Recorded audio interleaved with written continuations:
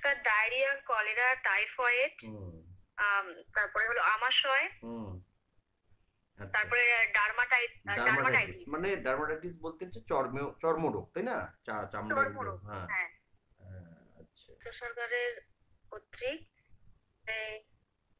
উচ্চ শিক্ষিতদের জন্য মানে এই কেন্দ্র সরকার যে পরীক্ষাগুলো হয় সেই পরীক্ষার জন্য প্রস্তুত করা, যেমন নিট। হ্যাঁ ঠিক, উত্তর কিন্তু হয়েছে, কিন্তু যদি বলি উত্তরের কোয়ালিটি তাহলে বলবো কোয়ালিটিটা ভালো হয়। উত্তরটা কিন্তু তুমি ঠিক বলেছো, কিন্তু কোয়ালিটিটা যেন ভালো হলো না, মানে একটু ভাষা ভাষা লাগছে উত্তরটা। মানে যখন তুমি উত্তরটা বলছো তোমার জিনিসটা মানে পুরোপুরি তুমি গুছিয়ে বলছো না বা বলতে পারছো না, ওটাকে আরো গুছিয়ে বলার চেষ্টা করতে হবে। আমার মনে পড়েছে এর আগে তুমি একটু ক্লাসে বলেছিলেন যোগ্যশ্রী প্রকল্প। বড় দেখি বলো। স্যার, যোগ্যশ্রী প্রকল্প হলো এমন একটি প্রকল্প যার মাধ্যমে যারা পড়াশুনো করে কিছু করতে পারছে না বা যাদের পড়াশুনো করার মতো পয়সা দিয়ে পড়াশুনো করার মতো পরিস্থিতি নেই, তাদেরকে সরকার সরকার দ্বারা একটি প্রকল্প তৈরি হয়েছে, যার মাধ্যমে ছেলে মেয়েরা হচ্ছে অনলাইন ক্লাসের মাধ্যমে বড় বড় যে পরীক্ষাগুলো আছে, জয়েল, এইসব পরীক্ষার জন্য পড়াশোনা করতে পারে। এবং এখানে এসসি এসটি কোনো ক্যাটাগরি ভাগ করা নেই, সবাই এখানে পড়াশোনা করতে পারে এবং এই প্রকল্পে পড়াশোনা করে তারা চাকরি অনেকেই করছে, অনেকেই পড়াশোনা করছে। আচ্ছা, হলো, কিন্তু একটু তথ্যের এদিক সেদিক হলো, বাট হলো উত্তরটা। কিন্তু তুমি বলতে গেলে তুমি 70% ঠিকঠাক করেই বলেছো, কিন্তু একটু তোমার অনিচ্ছাকৃত একটু ভুলও হয়ে গিয়েছে। হ্যাঁ, আচ্ছা, হ্যাঁ হ্যাঁ হ্যাঁ, ঠিক ঠিক, যেটুকু শুনেছো সেটুকুই, তোমার যেটুকু মনে ছিল সেটুকু তুমি বলার চেষ্টা করলে, ঠিক আছে, কোনো ব্যাপার না। আচ্ছা, সীমা বলো একবার শুনি। স্যার, এটি মুখ্যমন্ত্রী মমতা বন্দ্যোপাধ্যায় দ্বারা গৃহীত একটি প্রকল্প, যেটাতে তিনি ধনধান্য গৃহীত করেন। নেটওয়ার্ক খারাপ, তোমার নেটওয়ার্ক খারাপ, নেটওয়ার্ক খারাপ, শোনা যাচ্ছে না। এটি সার্বিকভাবে সব হতে পারে। নেটওয়ার্ক খারাপ, তুমি এয়ারটেলের সিম ইউজ করো না? স্যার, বলছি যে শোনা যাচ্ছে? হ্যাঁ স্যার। হ্যাঁ, এয়ারটেলের সিম এরকম হয়, কখনো কখনো খুব স্লো হয়ে গিয়ে কখনো হট করে ফাস্ট হয়ে যায়, খুব অন্য ধরনের। ঠিক আছে, এবার এবার তুমি আরেকবার উত্তরটা বলো।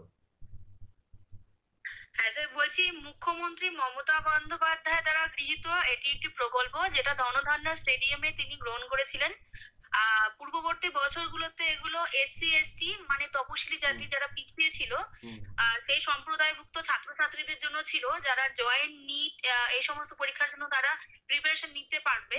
কিন্তু বর্তমান বছরে এটি সার্বিকভাবে করে দেওয়া হয়েছে, যে কোনো পিছিয়ে পড়া গোষ্ঠী, হ্যাঁ, তারা এই প্রকল্প গ্রহণের মাধ্যমে তারা নিজের পরীক্ষার প্রস্তুতি নিয়ে বিভিন্ন মানে ডাক্তারি হোক বা ইঞ্জিনিয়ারিং লাইনে সে ঠিক নিতে পারবে। আচ্ছা, আমি এবার জাস্ট বলে দিই, ঠিক একদম তোমরা যারা বললে সবাই নিজেদের মতো করে ঠিকঠাকই বলেছো।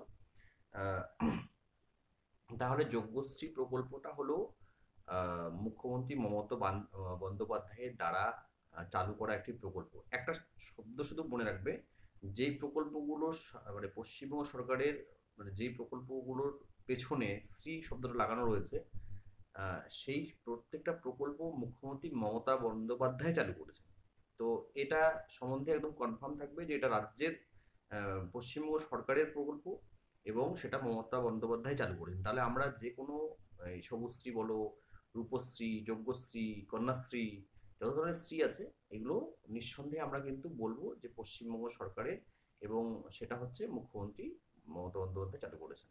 এই দুটো লাইন আমরা এখানে কমন হয়ে গেল। এখন এটা প্রকল্পটা কি, এটা হলো তপশিলি জাতি, উপজাতি, অন্যান্য অনগ্রসর সম্প্রদায় সকলের জন্য একটি চালু করা একটি প্রকল্প, যার মাধ্যমে জয়েন্ট, নিট এবং এখন রিসেন্টলি আমি দেখলাম সেখানে এটাও দেখলাম যে ইউপিএসসি পরীক্ষার জন্য, হ্যাঁ, মানে আইএএস আইপিএস ইউপিএসসি পরীক্ষার জন্য হচ্ছে কোচিং দেওয়া হয়। এবং এটা আবাসিক, আবাসিক কথাটার অর্থ হলো তোমরা জানো যে রেসিডেন্সিয়াল, মানে থেকে, মানে পার্টিকুলারলি ইনস্টিটিউশনের থেকে কোচিং নেওয়ার বন্দোবস্ত রয়েছে, এবং সবটাই হচ্ছে সরকারি আহ, অর্থ সাহায্যে, মানে কোনো রকম পয়সা সেখানে কাউকে ব্যয় করতে হবে না। যারা এই সমস্ত পড়াশোনাগুলোর জন্য পড়াশোনা করছে আর কি, পরীক্ষাগুলোর জন্য পড়াশোনা করছে, তারা তারা হচ্ছে সেখানে রেসিডেন্সিয়াল মানে হস্টেলে থেকে এই পরীক্ষাগুলোর জন্য প্রস্তুতি নিতে পারবে। এটা হচ্ছে যোগ্যশ্রী প্রকল্প এবং চালু হয়েছে যতটুকু এখন পর্যন্ত ইনফরমেশনটা পেয়েছি 2024 সালে। এবং ও যেমন বললো যে এটা মমতা বন্দ্যোপাধ্যায় চালু করেছিলেন, কলকাতায় একটা স্টেডিয়াম রয়েছে, সেটা ধনধন্য স্টেডিয়াম। তো সেখানে তিনি এটা ঘোষণা করেছিলেন। প্রথমের দিকে এটা তপশিলি জাতি উপজাতির জন্য ছিল। জাতি তপশিলি জাতি উপজাতি যারা ক্যান্ডিডেট, কৃতি ছাত্র বলি বা যারা বলবো যে মেধাবী ছাত্রছাত্রী, এবং নিঃসন্দেহে যারা হচ্ছে কি মানে আর্থিকভাবে পিছিয়ে পড়া মেধাবী ছাত্রছাত্রী, এভাবেই তো সঠিক শব্দটা হয় যে আর্থিকভাবে পিছিয়ে পড়া মেধাবী ছাত্রছাত্রীদের জন্য, মানে তপশিলি জাতি উপজাতি এবং অন্যান্য অনগ্রসর শ্রেণীর আর্থিকভাবে পিছিয়ে পড়া ছাত্রছাত্রীদের জন্য যারা হচ্ছে জয়েন্ট, নিট অথবা ইউপিএসসি পরীক্ষা, হ্যাঁ, এর জন্য প্রস্তুতি নিচ্ছে, তাদের জন্য পশ্চিমবঙ্গ সরকারের একটি প্রকল্প যেটা 2024 সালে চালু হয়েছে। সেখানে হচ্ছে কোচিং দেওয়া হয় সম্পূর্ণ বিনামূল্যে, এবং পাশাপাশি আবাসিক অর্থাৎ সেখানে থেকেও পড়াশোনা করার বন্দোবস্ত রয়েছে। এই হলো যোগ্যশ্রী প্রকল্প। আচ্ছা, এবার হচ্ছে তোমরা কেউ বলো। বর্তমানে নানা রকম অপুষ্টির কারণে ছোট শিশু থেকে শুরু করে বৃদ্ধ মানুষ প্রত্যেকেই এখন বর্তমানে চোখ সংক্রান্ত নানা সমস্যায় ভুগছে। তাই মুখ্যমন্ত্রী মমতা বন্দ্যোপাধ্যায় 2021 সালে জানুয়ারি মাসে এই চোখের আলো প্রকল্পটি সূচনা করেছিলেন। এখানে এই প্রকল্পের মাধ্যমে চোখ পরীক্ষা থেকে শুরু করে চোখের বিভিন্ন অপারেশন, এই মানে সেটা শিশু থেকে শুরু করে 60 ঊর্ধ্ব প্রত্যেকেই এই সুবিধা ভোগী হবে। একদম। তাহলে তুমি বললে অপুষ্টি, কিন্তু পাশাপাশি দূষণ, এই দুটোই কিন্তু বলতে হবে। শুধু তো অপুষ্টির জন্য চোখ খারাপ হয় তা নয়, দূষণটাও এখন তো একটা বড় কারণ। এখন যে কোনো ধরনের আমরা রোগে আক্রান্ত হচ্ছি তার একটা বড় কারণ হচ্ছে দূষণ অথবা রাসায়নিক যে দ্রব্য।